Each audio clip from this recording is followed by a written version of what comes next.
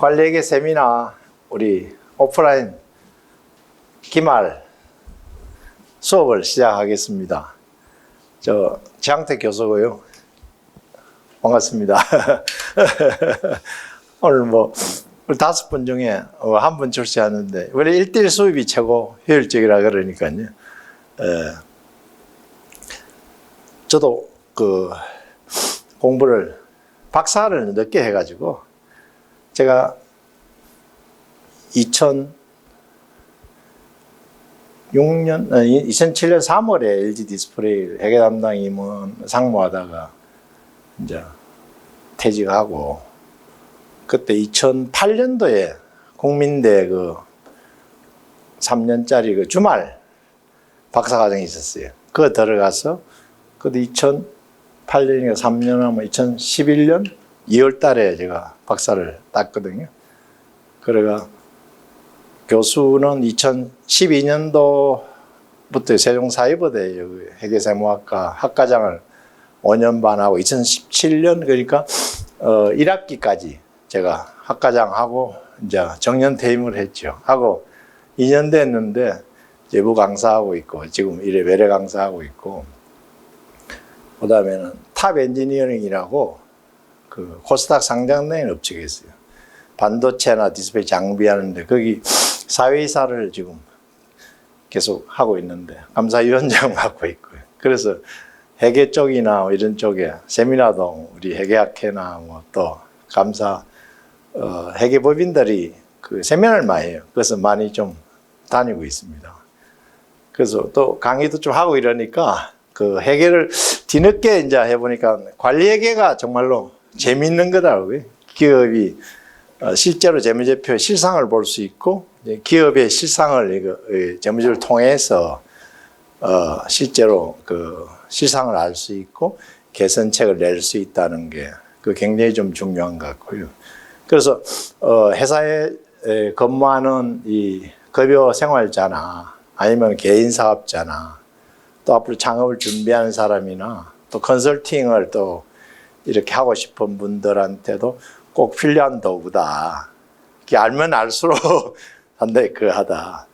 결국 그 우리도 회사에 많이 있어보지만 결국 기업을 연구하는 학문인데 경영학 일종인데 플랜2 C라고 계획하고 실시하고 이제 체크하고 이러는데 결국 실행한 것을 결산을 하고 또 결산 나오면 분석을 해서 플래닝에 좀 집어넣고 뭐 그렇게 할 수 있고 또 회계는 한 회사만 하면은 사실은 그거 안 하는데 조금 영을 넓히면 그 자기 비즈니스 뭐 LCD 산업 그 산업에 관련된 공통적인 추출할 수 있고 또 조금 넘으면 다른 산업에도 연관할 수 있고 이래가 쭉 보면은 비즈니스 트렌드도 좀 알 수 있고 뭐 여러 가지 그 뭡니까 또 이게 돈이 흐르는 데니까 투자자라든지 또 실제 돈을 구하는 사람이라든지 또 그 기업에 관여하고 있는 여러 가지 종업원 이런 욕구나 이런 것도 이렇게 좀 분석하고 그한테 도움이 되지 않을까 이런 생각이 들고요. 그래서 또 이 회계학은 경영학의 일종인데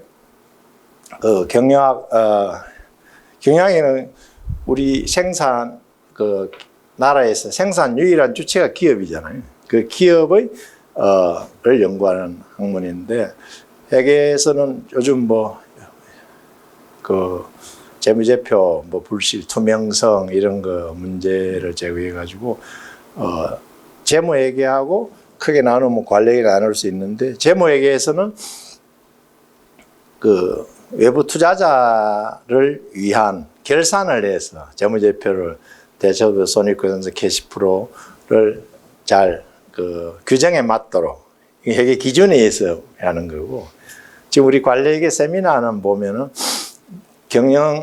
기업의 내부 사장이나 뭐 주로 경영자나 관리자나 그다음에 실제로 관리 업무하는 사람들에게 그 재무제표를 통해서 실제로 회사 실상이 어떻으며 또 계획과 얼마나 차이가 나며 또 그것서 나온 결론이 그 차이가 디퍼런스가 어떤 원인이 왔는지 또 그걸 분석을 해서 다시 플래닝에 다시 넣을 수 있고, 또 여러 가지 회사가 부딪히는 경상적인 일상적인 그 외에도 M&A라든지 또 다른 회사를 또 판다는 부문을 축소한다든지 이럴 때 실제로 수치를 가지고 어떤 의사결정하는 그런 좋은 도구지 않느냐. 더구나 단순히 CFO 영역의 일을 많이 하지만 그쯤 CEO가 또 할 일에 대해서도 회사에 대해서 비전을 제시하고 그런 회사의 자원을 어떻게 통제하고 또 그걸 해서 회사 수익성을 낼 수 있겠느냐. 여러 가지 하는데 좋은 도구가 된다 생각하고 있고요. 저도 제조업에서 한 30년, 한 30도 LG 디스플레이 나와가지고 또 한 4, 5년 거의 제조업에 있었는데 그 제조업의 이 내용을 이 실상을 정확히 파악하는 이 계층별로 좀 다른데 왜냐하면 그걸 통해서 실상을 정확히 알고 그래서 그 실질적으로 실제 내용을 정확히 알아야 다음 개선책을 낼 수 있고 또 새로운 비전을 제시할 수 있고 그다음에 외부 트렌드하고 이렇게 할 수 있는데 그래서 그런 거를 하기 위한 좋은 도구가 아니겠느냐. 그리고 밖을 나와 보니까 그 비즈니스 이게 진단 같은 거 회사 사장님은 자기 걸 항상 들여다보고 있지만 외부에 의뢰 왔을 때 우리 회사의 문제점이 뭐고 개선책이 뭐냐 얘기할 때 그래도 당당히 그래도 이게 그런 도구를 있다면은 좀 더 그 설득력 있는 자료를 만들 수 있지 않을까 이런 거로 그런 좋은 도구라고 생각합니다. 관리직 세미나 제가 예전에 회사에 있을 때는 그 일에 따라주 그 전문성이 이렇게 되는데 나와 보니까 조금 멀리서 회사를 조망을 할 수 있는 그런 면이 좋은 것 같습니다.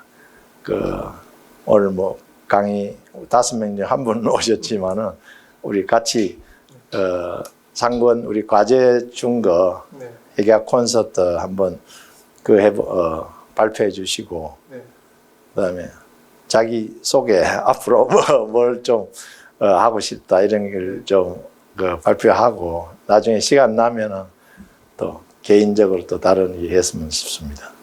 예, 준비 되면 한번 천천히.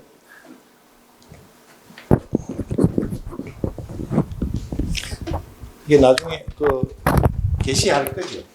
오늘 녹화해서. 예.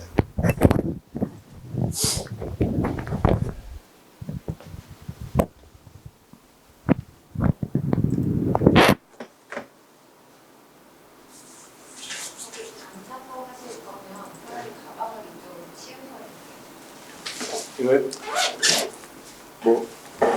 앉아서 하실 겁니까? 네, 되겠네요. 그럼 자, 요. 네.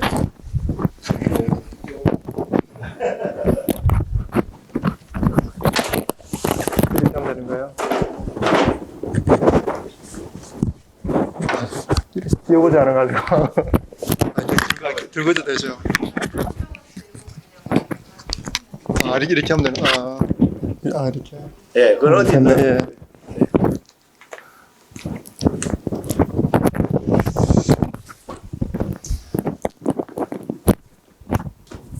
그럼 고정비와 변동비, 회사는 왜 영번부터 깎을까? 회계학 콘서트 3권에 대해서 기말고사 발표를 하겠습니다. 자료는 총 10장 챕터로 되어 있습니다. 1장에서는 비용 절감만이 최선일까? 막다른 길에 몰린 회사, 지식은 넘쳐도 회사에선 무용지물, 지혜로운 사람은 역사를 통해 배운다. 5인 체계의 이유기, 매출과 비용은 절대적인 관계일까? 키포인트로서는 회계 공존이 회계 수치를 예고시킨다. 2장에서는 아무것도 하지 않아도 배는 고프다. 이익은 어디에서 오는가? 인건비를 줄이면 이익을 증가할까? 프랑스 고급 레스토랑을 분석했고요. 고정비를 줄이면 어떤 결과를 얻을까? 사업에도 균형 있는 영양 섭취가 필수합니다. 키포인트로서는 간접비, 고정비, 영업 비용이란 챕터를 가졌고요. 챕터 3장에서는 회계는 현장에서 출발한다. 마이너스 손익 계산서를 손에 들고 1억 8천만의 적자, 고용과 이익의 상관관계, 왜곡된 손익계산서, 4장에서는 회계 자료에 숨겨진 비밀을 찾아라, 반값에 인수할 수 있는 회사가 있다고 우량한 회사를 왜 팔려고 할까? 문제는 현금 흐름표입니다. 5장에서는 공장에는 현금이 잠들어 있습니다. 현장으로 출발한다. 우리에게 필요한 것, 영업 흐름, 현금 흐름, 공장 곳곳에 정체된 재고들, 손익계산서가 보여주지 못하는 공장 안의 활동, 공장에 머물러 있는 제공품들. 6장에서는 현금 흐름표는 거짓말을 하지는 않습니다. M&A를 둘러싼 음모를 파헤쳐라. 독이 든 사과는 맛있어 보이지만 제품 종류의 증가는 경향의 마이너스입니다. 흑자에다 부채도 없는데 영업 현금 흐름은 마이너스. 키포인트로서는 이익의 길은 무엇일까? 7장에서는 외환 환산 회계의 착시 현상, 주거래 은행을 방문한 마사루, 영문을 알 수 없는 자회사의 채무 초과, 똑같은 결산서도 정반대로 해석됩니다. 키포인트로서는 외환 환산 회계, 8장에서는 공장 안의 활동을 가시화하라. 공장 활동의 부가가치를 분석합니다. 부채 상환 일정이 다가옵니다. 키포인트로서는 A, B, C, 그 다음에 ABM의 한계와 지향해야 할 방향, 9장에서는 전후와 첨단항의 뱃살, 어느 쪽이 더 돈 벌게 될까, 회사를 살리는 게 급선무, 세 가지 힌트, 중고로 진출하는 방법, 드디어 실마리를 발견하고 공장에 숨겨진 금맥, 마지막으로서는 토끼는 왜 거북이보다 빠를까, 3M사의 수수께끼를 풉니다. 한나 베트남은 과연 도산 실전일까, 부채를 상환할 방법, 전환형 생산 방법, 토끼와 거북이, 키포인트로서는 금융 리스크와 자산 손상 처리, 이익 창출 검열과 자유 코스트 이론에 대해서 순서대로 발표를 하겠습니다. 요약으로서는 이 책의 등장인물은 1편과 동일합니다. 시와 유키가 메토이 아즈미에게 조언을 하는 구하는 형태를 말합니다. 유키가 겪고 있는 문제점은 무엇인가? 총 4가지로 제가 분석을 해봤습니다. 첫 번째로는 전략 품목인 아동 부품과 고급 여성복 실적이 저조합니다. 두 번째로서는 제품 원가가 더 이상 낮아지는 않습니다. 세 번째는 숙련공이 많아 인건비가 높습니다. 끝으로 많은 재고로 인해 부채가 증가해 은행에서 추가 대출을 받아야 한 상황입니다. 1편에서 제품 원가를 낮추고 재고를 없애고 유통망을 개선하는 동시에 ERP 시스템 정비를 통해 경영관리 지표를 명확히 했음에도 불구하고 여전히 문제가 존재를 하고 있습니다. 얼핏 생각에는 이러지도 쉽지 않은데 실정은 더 쉽지 않습니다. 1편과 마찬가지로 꼰대가 존재하는데, 꼰대란 저희가 좀 골치 아픈 사람 그렇게 제가 해놨고요. 다름 아닌 유키의 사촌 오빠입니다. 예, 외국 유학 MBA 출신에다가 경영관리 본부장이라는 부담스러운 간판을 두고 있습니다. 1장부터 문제가 심차지가 않습니다. 대출 상환일이 다가오는데 은행 지점장의 태도가 예전 같지 않습니다. 불경기에다가 실적이 별로인 한나에 대해서 대출 연장이 안 되는 상황을 요구하는 데다 매출 및 영업이익 모두 좋지 않습니다. 이에 경영관리본부장인 유키 사촌 오빠 마사루는 인력 감축 카드를 들고 나옵니다. 비용의 비중에서 가장 큰 비중을 차지하는 건 인건비 때문입니다. 그래서 얘기를 제가 아마 교수님께서 얘기하는 게 10장이라는 장수가 아마 1장부터 10장까지 아마 챕터로 간략하게 정리하라는 그런 의미 때문에 제가 챕터를 한번 나눠봤습니다. 자, 1장 비용 저감이 최선일까? 단순히 높은 비중을 차지하고 있다고 해서 특정 계정의 비용을 저감하는 것이 장기적으로 영업이익에 도움이 되지는 않을 수도 있습니다. 물론 단기적으로 수치적으로 좋아질 수는 있지만 근본적으로 경영상의 문제점을 파악하고 이를 해결하는 것은 아니기 때문입니다. 2장에서 아즈미가 강조하는 것, 수익, 즉 매출 마이너스 비용이지만 수익과 비용은 별거로 발생한다는 점입니다. 즉 손익계산서를 단순 분석해서 손익의 문제점인지 비용의 문제점인지 비용의 문제면 비용의 어떤 문제점이 문제를 초래하고 있는지에 대해서 명확히 알 수 있다는 것입니다. 그 다음 2장 아무것도 하지 않아도 배는 고프다. 고정비는 사업을 영위하기 위한 비용입니다. 즉 고정비가 지출하지 않으면 언제나 서비스를 제공하기 힘든 비용을 말하는 것입니다. 문제는 이 고정비 중에서 가치를 창출하지 않는 활동입니다. 즉, 직접비, 어떤 것에 대해 비용을 직접적으로 집계할 수 있는가. 예를 들어서 특정 제품에 들어가는 재료비. 두 번째로 간접비, 어떤 것에 대해 직접적으로 집계할 수 없는 것. 예를 들어서 여러 제품을 다루는 기계의 감가상각비, 판매비, 인건비 등입니다. 세 번째, 변동비 대 고정비. 매출이 늙어줌에 따라 비용에 비례해서 늙어주면 변동비, 고정적이면 고정비, 그렇게 나눴고요.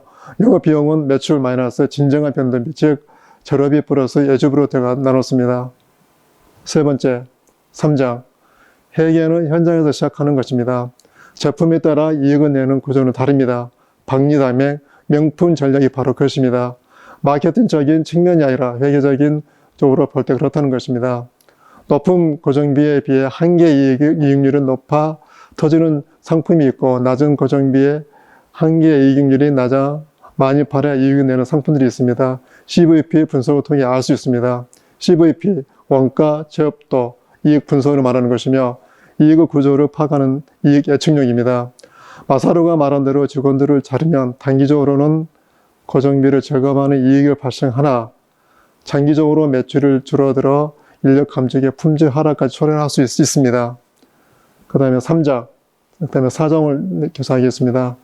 회계 자료에 숨겨진 비밀을 현금 흐름표, 손익계산서에 명시된 숫자들을 제대로 보는 법부터 재개와 제공품 낭비 없는 관리, 기업의 인수합병에 반드시 필요한 체크포인트 등 회계 기본을 다시금 점검하는 방법을 실전에 운용하는 전 과정 흥진진하게 진술한 것 같습니다. 제가 나름대로 보니까요.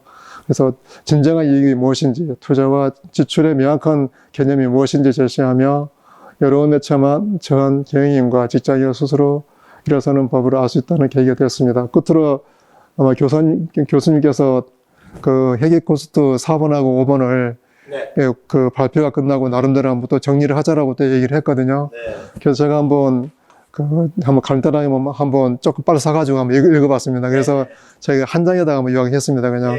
그래서 첫 번째 회계 콘서트 4번의 핵심 내용은 그 비용 절감이고요. 챕터는 총 10장으로 이루어졌습니다. 그 머리말에서는 그 돈 버는 회사의 비결, 그 다음에 패밀리 레스토랑 전쟁이 시작된다. 그래서 500원을 줄이는 것과 값을 1000원을 올리는 것은 어느 쪽이 이익일까? 기존의 회계 콘서트 1번에서 3번까지를 대기업 무대로 회계를 풀었다면은 이 회계 콘서트 4는 우리 주위에 흔히 볼 수 있는 작은 가게, 그러니까 구멍가게 얘기하는 거죠. 무대로 옮겨 회계 이야기를 하고 있습니다. 처음 장사를 시작하는 사람이든 사무직이든 생산직이든 상관없습니다. 누구든 이직을 잇는다면 열심히 일하는데 왜 적자가 나는지, 왜 가격을 올려도 이익은 나지 않은지 알 수 있습니다. 이번 시리즈는 로미지라는 프랜차이즈 패밀리 레스토랑으로 무대를 옮깁니다. 무대는 패밀리 레스토랑이지만 내용은 우리 주위에서 흔히 볼 수 있는 사장들이 공감할 수 있는 에피소드로 채워져 있습니다. 열심히 일해도 적자가 나는 요즘 제품 가격을 올려야 하는지 비용을 줄여야 하는지를 끊임없이 고민하는 사람들은 명쾌한 답을 제시를 하고 있습니다. 적자를 줄여 이익을 내기 위한 최선을 다하는 히칼라와 로미지의 식구들 소속 한 권에 있는 것처럼 흥미진진하게 다 읽고 나면 비용 저감에 대한 개념이 생기고 적자 탈출 아이디어를 참선한 것 같습니다. 24개월 연속 적자에 탈출하기 위한 회사는 가장 먼저 인건비를 삭감하는 내용입니다. 아까 그 회계 콘서트 3권하고 같은 내용이고요. 그래서 근무 시간을 줄이고 임금을 일과 삭감하는 것입니다. 비용을 줄여 적자폭을 줄이겠다는 것입니다. 또한 재료비를 줄여 한계 이익률, 즉 제품별 이익률은 높이는 시도입니다. 얼핏 적자를 탈출할 줄 아는 가장 합리적이고 빠른 방법이라고 보이지만 이런 식으로 비용 절감은 오히려 매출을 떨어뜨리는 결과가 나왔습니다. 가격은 그대로인데 직원들은 부추는 지고 음식량을 줄여들기 때문입니다. 히칼라는 아즈미 교수에게 멘토링 받으며 로미지를 살리기 위한 고분분투하는 내용을 담고 있습니다. 그래서 회계 콘서트 4번을 제가 간략하게 이렇게 한번 좀 내용을 좀 써봤고요. 그 다음에 회계 콘서트 5번의 핵심 내용은 총 챕터는 8장으로 이루어졌습니다. 만두 가게와 고급 프랑스 레스토랑 중 어느 쪽이 더 돈을 잘 벌까? 회계 중요성을 알고 있다 해도 회계는 여전히 어렵고 복잡하다고 생각하는 것이 지배적입니다. 그렇다면 어떻게 회계를 배워야 할까? 모든 사람이 회계사와 격리부 직원이 돼야 할 필요는 없습니다. 기초적인 회계 지식만으로 우리의 삶은 좀 더 긍정적으로 변화를 이끌어낼 수 있습니다. 전편들과 마찬가지로 회계의 기초를 쉽고 재미있는 스토리텔링 형식으로 소개하고 있습니다. 기업을 위험에 빠뜨리는 회계 분식 회계와 회계 행령 문제를 중심적으로 다루고 있습니다. 회계 콘서트 1, 왜 팔아도 남는 것이 없을까? 1장에서 간략하게 다루고 있는 내용을 깊이 파고들어 만두 가게와 고급 프랑스 레스토랑 중 어느 쪽이 더 돈을 잘 벌까라는 부제로 숫자에 속지 않는 회계의 비결을 알기 쉽게 풀어낸다는 점이 흥미롭습니다. 분식회계는 기업이 재정 상태나 경영 실적을 실제보다 좋게 보이게 할 목적으로 부당한 방법으로 자산이나 이익을 부풀어 개선하는 회계를 말하는 것입니다. 주주와 채권자들의 판단을 왜곡시킴으로써 그들에게 손해를 끼치기 때문에 법으로 엄격히 금지되어 있지만 애써 감추기 속이기 위한 숫자들로 여러 장치들을 내놓은 기업들의 정보들을 토대로 분석 회계의 사실을 밝히는 것은 생각보다 쉽지 않다는 것입니다. 그래서 제가 이게 4번하고 5번을 간략하게 얘기했고요. 사실 이 두 내용도 아까 회계 콘서트 3번처럼 딱 받쳤으면은 조금 더 깊게 나왔을 건데 제가 이게 핵심 내용만 얘기를 했습니다. 그리고 저는 이 과제를 이 과목을 듣기 전에 사실은 올해 한 3월 달인가요? 한 3개월 정도 제가 공부를 했습니다. 열심히 공부를 해서 그 전산에게 제가 저번에 얘기했던 대로 따로 자격증을 땄고요. 그래서 솔직히 그 교수님께서 강의하는 내용이라든가 하기가 무슨 말인지 거의 다 알아요. 그 내부 관리라든가 외부 관리, 재무상태표, 손익계산서, 원사, 그러니까 그런 것들을 제가 충분히 공부를 해서 했기 때문에 그 수업 듣는 데는 굉장히 좋았습니다. 굉장히 좋았고, 그 다음에 제가 원래 근무했던 데서는 제가 R&D 쪽에 있었거든요. R&D 쪽에서 제가 처음부터 신입사원부터 끝까지 팀장까지 해서 그때 제가 가장 먼저를 진행했던 게 뭐냐면은 기초원가. 그러니까 한 제품 만들 때 그러면 재료비가 얼마고 간접비가 얼마고 관리비가 얼마고 그래서 우리 시약 제품이 얼마큼 나오더라라는 그 기초를 제가 처음부터 했거든요. 그러니까 그때는 제가 그런 상식을 전혀 모르는 상태에서 그런 기초 원가를 했었는데 그런 기초 원가를 해서 나중에 원가팀에다 이게 넘겨줬어요. 그러니까 원가팀 주니까 굉장히 좋아하다 보니까 왜 그러냐면은 아까 현금 흐름표 식으로 제품 흐름이 있거든요. 자, 처음에 제품이 들어온다. 원료가 들어오고 그 원료가 들어오면은 그걸 검사를 하고 검사한 제품에 대해서 이제 판가름해서 오케이인지 불합격인지 합격을 하고 그 다음에 그거를 이제 실제 제품을 찍고 그 다음에 제품을 만들 때 그 제품이 몇 시간에 타임이 몇 시간인가 다 계산을 하고 그 다음에 거기에 따라서 불량률 체크도 하고 일련 사건을 하고 그 다음에 그 제품이 나오면 검사를 또 다시 하고 검사를 해서 불량률인지 불량률 아닌지에 대한 퍼센트를 나누고 그거에 대한 관리비를 몇 프로 하고 그 다음에 우리 기초원가를 하고 그렇게 하니까 제품이 얼마큼 나오더라 그런 것도 주니까 회계 쪽으로 주니까 더 이상 걔들이 거의 할 게 없어요. 근데 걔들이 할 게 뭐냐면은 시작 때는 뭘 하냐면은 모든 제품은 캐피틀 하나짜리입니다. 근데 양산 들어가면은 그 제품을 빨리 많이 찍어야 되기 때문에 한 판에 캐비트를 쉽게 말해서 8개, 16개 나누게 아니면은 어떤 거는 많게는 30개, 100개까지 하거든요. 그것만 나누면 다 끝나요. 그러니까 그렇게 하니까 그런 것들을 사실 제가 심싸움부터 그렇게 했었거든요. 그런 것들을 하고 나중에 이제 제가 계속 이제 대리가 되고 과장이 되고 차장이 되고 팀장까지 계속 올라갔을 때 그런 체계를 계속 갖췄거든요. 물론 나중에 이제 워낙 요즘 경기가 나쁘다 보니까 우리 부하직원 대신 내가 나가겠어 해서 이제 제가 이제 선두가 나왔지만 그런데 그런 과정들을 하고 이제 퇴직을 하고 그러면 내가 진짜 한번 회계를 공부를 해보겠다. 그래서 한번 회계를 공부하니까 굉장히 쉬웠거든요. 그래서 남들은 되게 몇 번 이렇게 물 먹으면서 자격증 따는데 저는 한 번에 했거든요. 전혀 아무 문제 없었거든요. 그래가지고 거의 100점 만점. 그래서 뭐 보통 그 자격증 시험 보면은 보통 처음에 이론하고 실기를 같이 하잖아요. 근데 그것도 뭐 거의 다 100점 만점 해서 아무 문제 없이 그냥 다 합격을 했으면 해가지고. 근데 그런 것들은 그 원가라는 게 저도 제 나름대로 판단한 게 뭐냐면은 자, 경영자가 CEO가 CFO가 그걸 어떤 상품을 만들기 전에 가장 근거를 할 수 있는 게 원가라는 게 생각을 해요. 원가가 나쁘면은 당연히 그 아이템은 그만두는 게 낫고, 그 다음에 아무리 그 원가가 비싸고 좋다고 하지만 하루에 한 개 파는 게 좋은지 아니면은 그 값은 작지만 하루에 하는 수량을 파는 게 좋은 건지, 결국 그렇게 따져보면은 어떤 게 좋은지 금방 판단하면 할 수 있거든요. 그러니까 수익성이 가장 어떤 게 좋더라라고 할 수 있다는 게 뭔지, 그러니까 그런 것들의 원가 해결을 하지 않으면은 그게 아마 가망스럽다는 게 아마 제 결론인 것 같고, 그다음에 사실은 이게 회계 콘서트는 사실은 저는 사실 처음으로 이렇게 대하거든요. 굉장히 이렇게 뭐 남들은 뭐 며칠 갖고 이것지 모르겠지만 저는 하루마다 이거였어요. 굉장히 재밌어가지고. 그러니까 제가 옛날에 신입사원부터 공부했던 게 이렇게 보니까 충분히 그럴 수 있겠더라.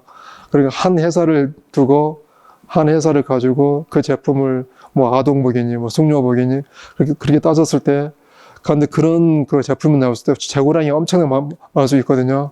그 재고량은 결국은 돈입니다. 그리고 돈을 어떻게 풀어내겠냐. 그러니까 그러면 결국은 가장 많이 제품과 적게 그 시장에 나가는 제품을 잘 구분해서 재고량을 가장 최소화하고 하는 게 가장 맞는 것 같아 보니까요.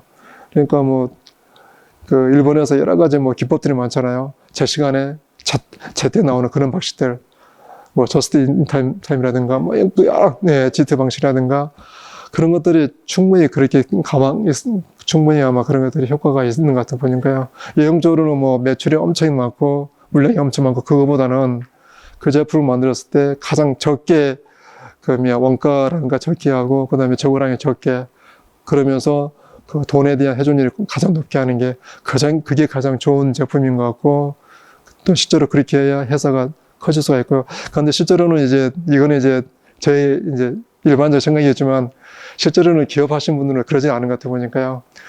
제가 전에 있었던 회사에서는 뭘 갖고 주로 얘기를 했냐면은, 결국은 수익성보다는 매출 갖고 얘기하다 보니까요. 예, 결국은 그러다 보니까요. 그러다 보니까 이게 나중에 보니까 적자가 발생하는 거예요. 근데 적자는 둘째 문제예요. 그러니까 항상 그러면 항상 우리 최고 경영자분들, 물론 그 경영자분들도 월급쟁이거든요. 최종 CEO가 따로 있으니까 그분은 결국은 하는 게 말이 뭐냐면은 이번에는 뭐 몇천 원 했더라. 그렇게 하지 그 몇천 원을 하니까 수익성이 얼마더라. 진짜 우리가 갖고 있는 우리 진짜 남는 돈이 얼마더라라고 하는 거는 좀 감추는 것 같아 보니까요. 그 다음에 옛날에 우리 원가팀에서 행했던 가장 이상한 행동들이 뭐냐면은 그런 적자에 대한 품을 감춰버려요. 그 다음에 저희 회사가 그때 그 회사가 웃긴 게 뭐냐면 저희 자회사가 여러 그룹사잖아요. 그러면은 나중에 보니까 분식 회계를 하잖아요. 분명히 적자인 것 같은데 나중에 흑자를 바뀌어요. 흑자는 되게 쉬워요. 왜냐면은 나중에 얼마를 가서 돈 주고 안 주면 돼요. 그거를 다 주면 돼요. 그런 식으로 엄청나게 많이 하는 것 같아요. 그러니까 매출을 이연씩 그런데 그렇게 해서 다 이렇게 적자를 흑자로 다 바꿔놓고, 그러다가 1년 동안 계속 적자하다가 나중에 뭐 그런 식으로 계속 하는 것 같아 보니. 그래서 아마 회계 콘서트는 아마 1권부터 5권까지, 물론 제가 4권에서 5권은 제가 대충이었거든요. 그래서 다시 한번 조금 심층 있게 읽어서 아마 조금 더 심층 있게 하면은 좋지 않을까라고 하고, 그다음에 아까 교수님께서 그렇다면은 나중에 앞으로 뭘 할 거냐라고 저한테 물어봤잖아요. 저는 사실은 R&D 쪽에서는 굉장히 물론 교수님께서는 30년 넘게 근무를 했지만, 저 같은 경우는 한 20년 정도 근무를 했나. 그러니까 저는 아직 그렇게 많은 근무를 하지 않고, 한 군데에서 많이 있었어요. 그러니까 한 군데에 있었고, 그래서 앞으로 뭘 하겠냐고 저한테 자꾸 제 자신한테 되물어보는데, 사실 고민들이 사실 많습니다. 근데 그런 고민도 결국은 제가 뭘 할 때, 결국은 회계가 아마 기초인 것 같아 보니까요. 그래서 앞으로 뭘 하든 간에, 아마 조금 더 자신 있게 아마 조금 해야 될 것 같고, 그다음에 이제 제가 이제 5학기거든요. 네. 제가 이제 이제 다 끝났습니다. 예. 이번에 이제 그 종합 시험도 끝났고, 그다음에 외국어 시험도 끝났고, 선수 과목도 끝났고, 그다음에 학점도 이번에 다 끝나거든요. 그래서 다 끝나는데, 쓰셨어요? 아니면 아, 그 우리 저기 조교님도 아다시피 저는 처음부터 네. 저는 처음부터 논문을 쓰겠다고 얘기를 했거든요. 그런데 그 시점에 제가 회사를 옮기려 말하면 그런 마음이, 그러니까 그때 제가 30분 정도 준비를 해놨거든요. 예, 예. 이제 준비를 다 해놓고 이제 모든 자료 준비해놓고 자 씁시다라고 딱 생각했었는데, 그때 이제 회사가 그러는 바람에 딱 손을 넣을 수밖에 없는데, 근데 제가 이거는 그만두더라도 나중에 다시 한번 어차피 자료들은 다 수합을 해놨거든요. 네. 그러니까 정리하고, 그 다음에 SPCC 제가 조금 좀 더 굴리고, 그 다음에 그렇게 하게 되면은 아마 내년 아니면 내후년쯤에 아마 쓰지 않을까. 아마 그거는 좀 해보고 싶어요. 왜냐면 이게 너무 써보니까 굉장히 좋은 게, 이게 여러 가지 책들을 많이 이게 볼 수가 있다 보니, 그리고 그 뭐 교수님께서 뭐 주신 여러 가지를 가져온 거 봐도 그런 것들이 엄청나게 많은 것들 자료들이 있으니까 뭐 그렇게 정리하는 법도 이번에 배우고, 그 다음에 그 아리 한글도 진짜 제대로 배웠고 사실은요. 네, 그 다음에 논문을 어떻게 써야 되는 건지, 그러니까 이제 마무리 못했지만 하여튼 그건 나중에 마무리를 해서, 물론 졸업은 하지만 좀 그렇게 좀 하고 싶습니다. 또 공부에 좀 더 욕심 있으면 박사까지 받으시죠. 그럼 그 좋은 재료 똑같은데 네, 그럼 뭐 전 너무 그 쇼는 아니고 이제 예. 계기가 된다든지 진짜 욕심이 있으시면 해보시는 게. 근데 엔지니어인데 제가 좀 네. 아주 그 뭐냐면 원가 개념이라 이게 좀 아주 철저하신 그리고 실상을 확실히 알고 계시는 것 같아요. 아, 네. 또 해계하는 사람은 네. 그 실상을 잘 모르고 또 여기 실제로 그 실물 다루는 부서 R&D나 공장 이런 사람은 여기 또 회계 쪽으로 연결되는지 이게 잘 안 되는 게 있거든요. 네네. 근데 지금 박예일 씨는 보니까 뭐 아주 기초가 탄탄하니까 회계 연결한 거는 쉬웠게 돼요. 약간 뭐 시험 자격 시험에 그런 기초가 되면 이거는 네, 그러니까 이게 기초분, 예. 한 20% 되고 실사하는 게 한 80% 되거든요. 네, 맞습니다. 기억을 치면.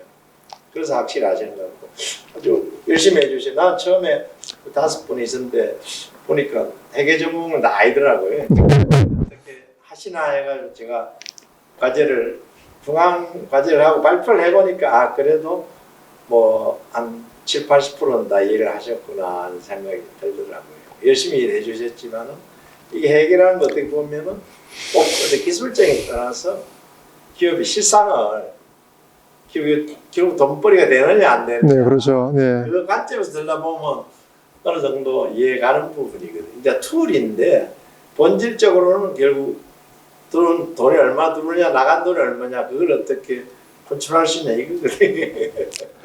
근데 저도 이번에 그 자격증 시험 보면서 가장 아마 중요한 게 보니까 간접비 같아 보니까 간접비. 네. 간접비가 그게 근데 사실은 실상 보면은 저는 어차피 이제 그 일반 기업체에서 저도 근무를 해봤지만 직접비보다는 간접비가 거의 보이지 않는 돈이다 보니까 거기서 거의 다 판가름하는 것 같아 보니까요.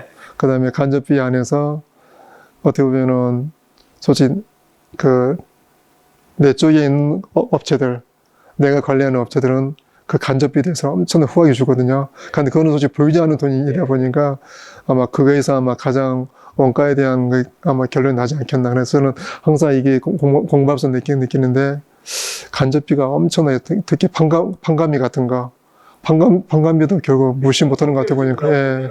네. 이게 실제 공헌을 하는지 안 하는지를 정확히 네. 컨트리뷰션이 어떤지 모르기 그렇죠. 때문에 그 부분이 좀 정확하게 할 수 있는 데까지는 하고 네. 안 되는 것만 이렇게 해야지 네. 사장급여 같은 건 어쩔 수 없죠. 그건 네네. 공업이 가는데 그 실제로 구분할 수 있는 부분은 좀 구분을 해야 국가에 들다봐야 좀 더 실상을 정확히 들다봐요. 그리고 방금 얘기하시는 그 공원이 네. 사실 그것도 사실 뭐 무시 못해도 왜 그러냐면은 한 업체가 어떤 거 적자가 나지만 일단 팔아야 돼요. 그 판 거 대비해서 다른 쪽도 많은 데 이익을 창출했으니까. 그래서 저는 공원 이익도 상당히 중요하다고 생각합니다. 네. 그러니까 아마 원가에서는 저기 회계 쪽에서는 간접비하고 공원이 이 두 가지는 아마 첨예하게 잘 관리하면은 아마 그 어떤 회사도 조금 이익은 내지 않을까. 뭐 제 나름대로 한번 판단해 봤습니다. 그다음에 제가 아까 뭐 제가 시제품 만들면서 이만큼에 대한 전체 흐름에 대한 것도 뭐 쭉 해봤는데 어떤 좋은 계기였습니다. 하여튼 사실 이렇게 사실 처음에 저는 이 과목 선택했을 때 아마 저는 그 자격증을 따지 않았다면 저는 절대 선택 안 했을 거예요. 이러면은 일반 사람들이 회계하면 막 되게 싫어하잖아요.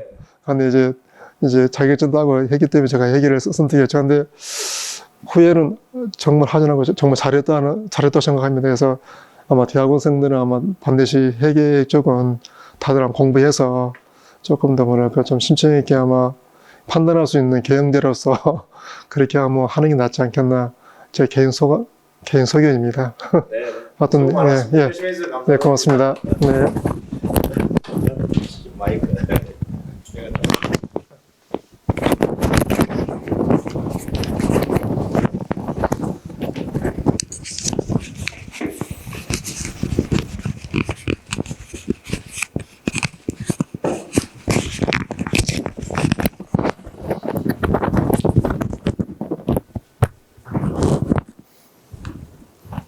박예열 씨 열심히 발표해 주셔서 감사드리고요. 회계학자도 이거 우리 1학기 때가 중앙 때가 콘서트 1이고 같은 회사인데 6기가 그 디자이너인데 자기 아버지가 급사하는 바람에 사장을 맡아가지고 뭐 이렇게 실제로 회사를 운영해 보는 걸 가상의 스토리를 썼는데 그렇고 이거는 보니까 ERP더라고요. ERP 세답은 제가 읽어본 거는 그대로 결국 이 6기가 ERP를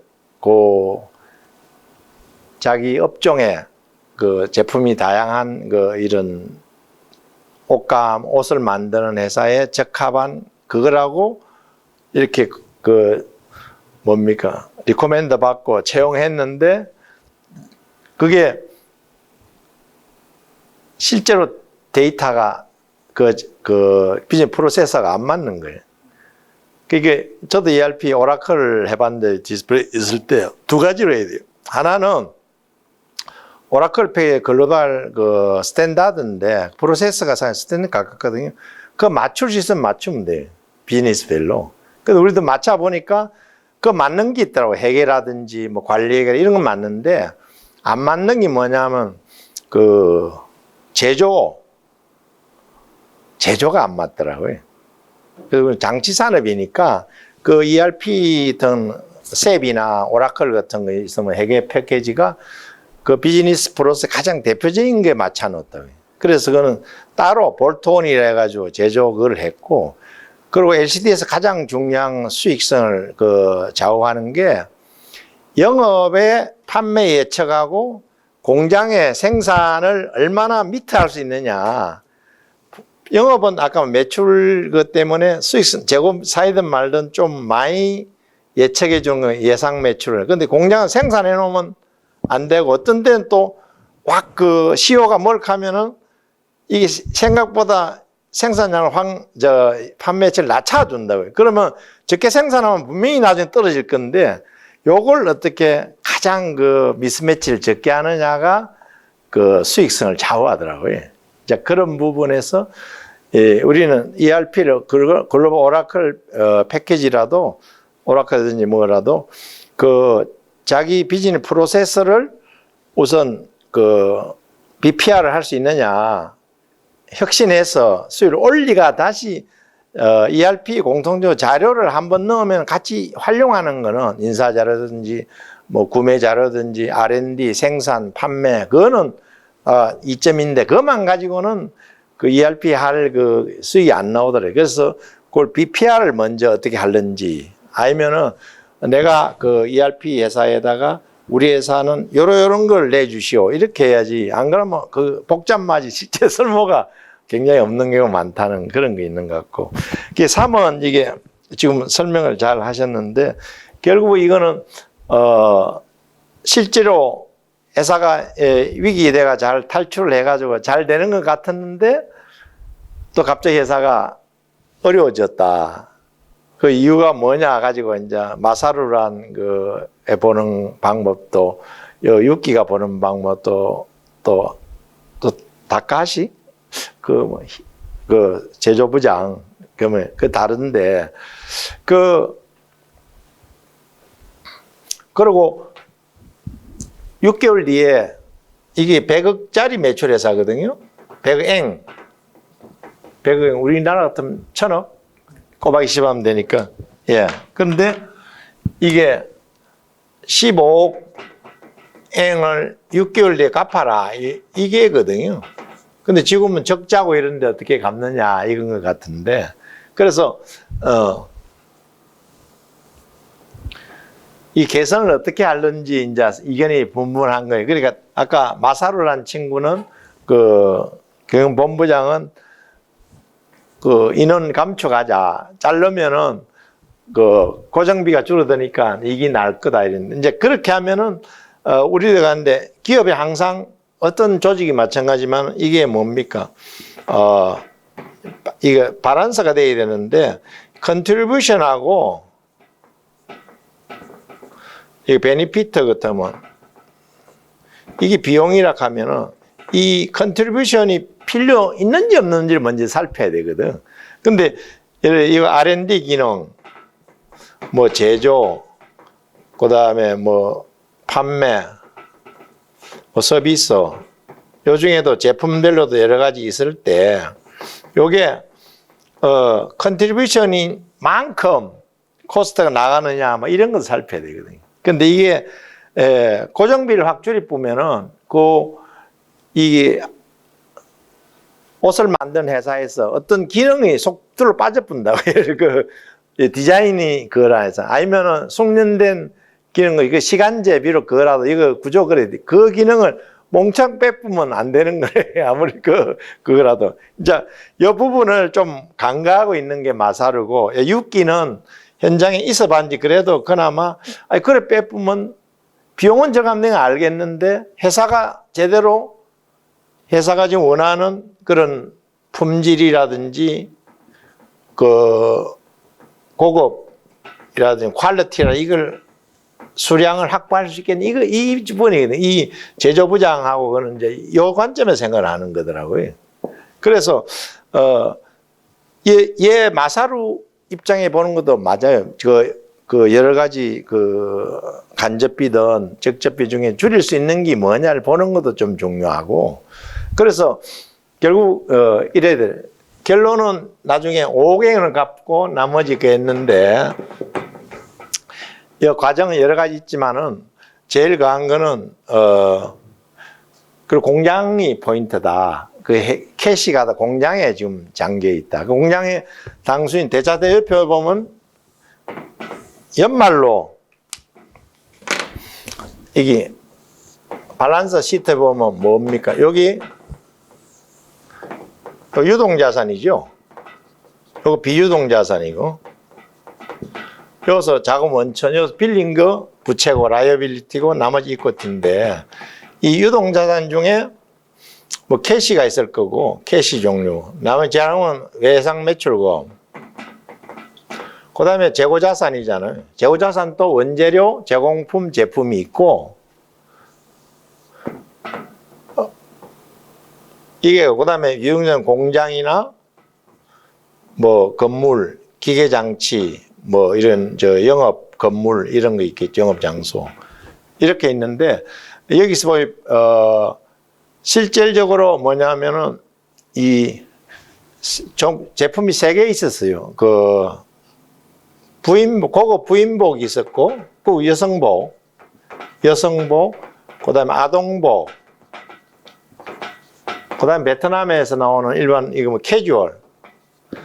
근데 실제로 결산을 해보니까 이 현재 결산 시스템을 봐서는 아동복이 제일 좀 못하더라, 수익성이. 그 다음에 그래서 이 고급 여성복이 좀 낮고 여기도 이익이 좀 조금은 나고 이런 여기가 제일 못하다, 이렇게 마이너스다, 이렇게 마이너스 크다, 이렇게 고정비도 크고 그래서 한번 줄여야 된다 얘기했는데 결국 이제 자세히 이제 들다 보니까 뭐냐면은 우선은 그러면 육기가 뭐 절감을 해서 아까 그 뭐 인원 중에 일부 줄일 수 있는 거 줄이다 품질을 안 하면서 한 5갱은 할 수 있다. 그 재료비도 좀 깎고 원래 있잖아 외주비도 좀 깎아야 되는데 그럼 근본적으로 뭐냐 이러니까 결국 공장의 재고 자산이 너무 많고 그다음에 이 프로세스가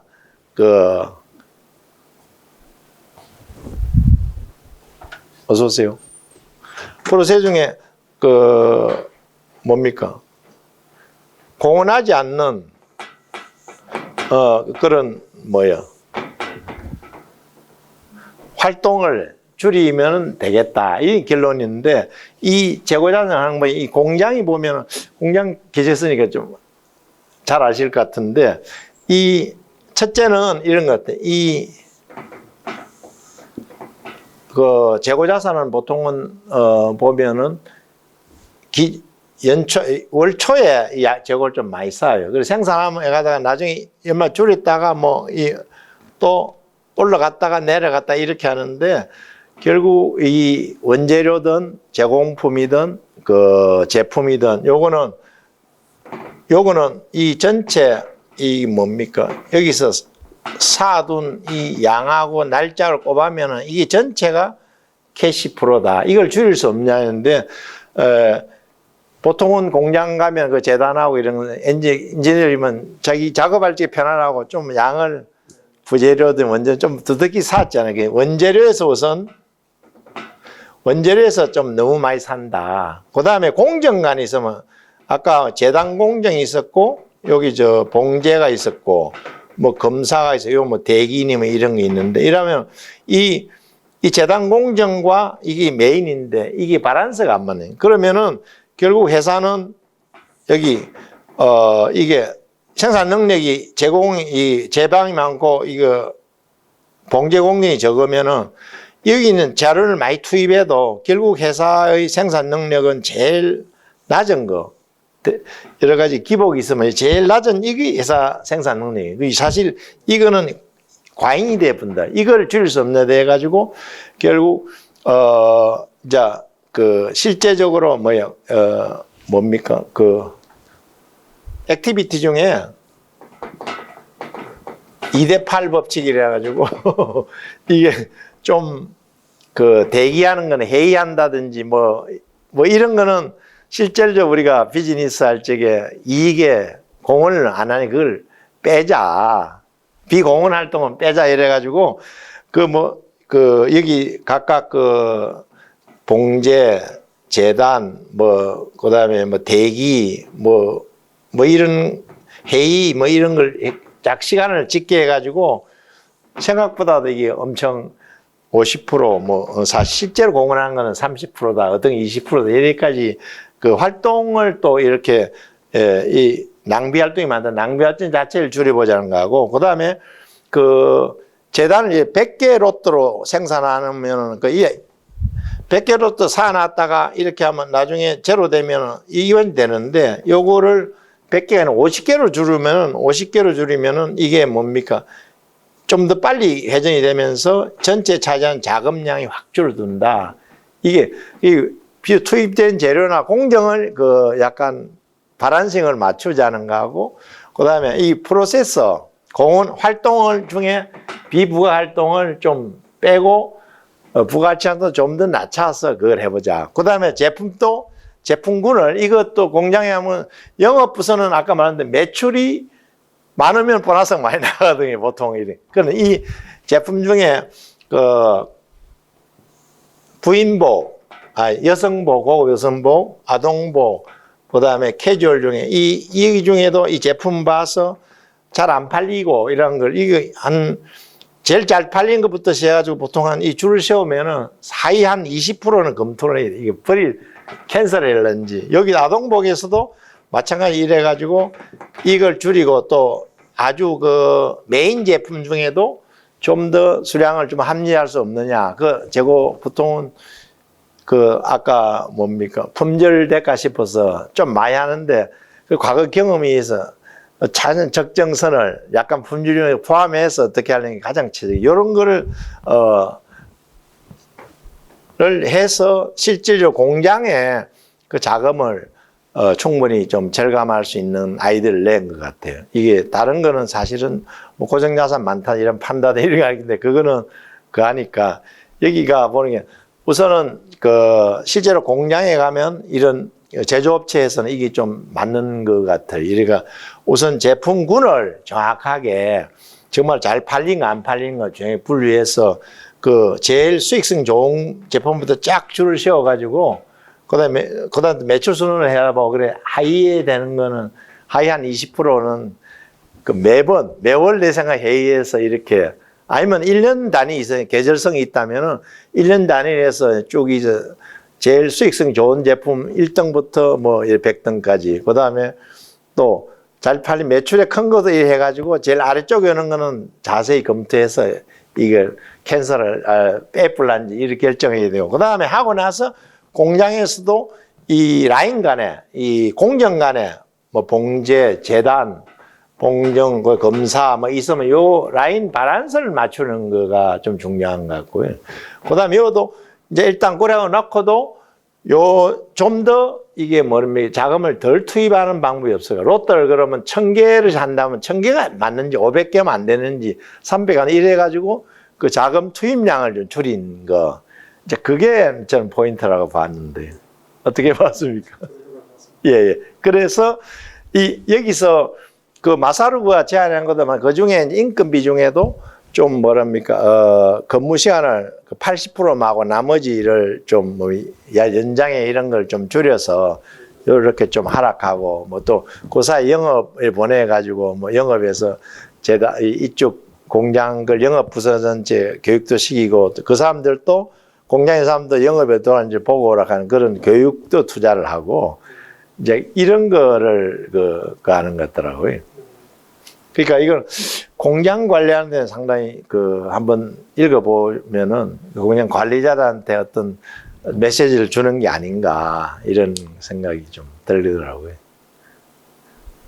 아까 사고노곤도 나도 읽어봤는데 거기도 결국 아까 로미즈란가 뭐 그걸 어떻게 하는지 그것도 단순히 비용 줄이가는 사람 인건비 줄이가는 안 되고 결국 또 단순히 이 계획한 사람하고 실행한 사람이 다르면 안 되는 것들. 이게 아무리 그 경영 우리 혁신 계획 뭐 이렇게 내더라도 결국 그 실제로 주방에 있는 그 주방장이 아이디어를 내서 제품군을 어떻고 재료비를 절감하고 이런 거 거기 모든 사람이 메인 그 펑션을 한 사람이 자발적으로 이게 왜 회사가 이런 상황에 내가 어떻게 하면 이익을 낼 수 있냐 이걸 정확하게 그래도 기획부서나 뭐 이 부서만 가지고는 회사가 돌아갈 수 없어요.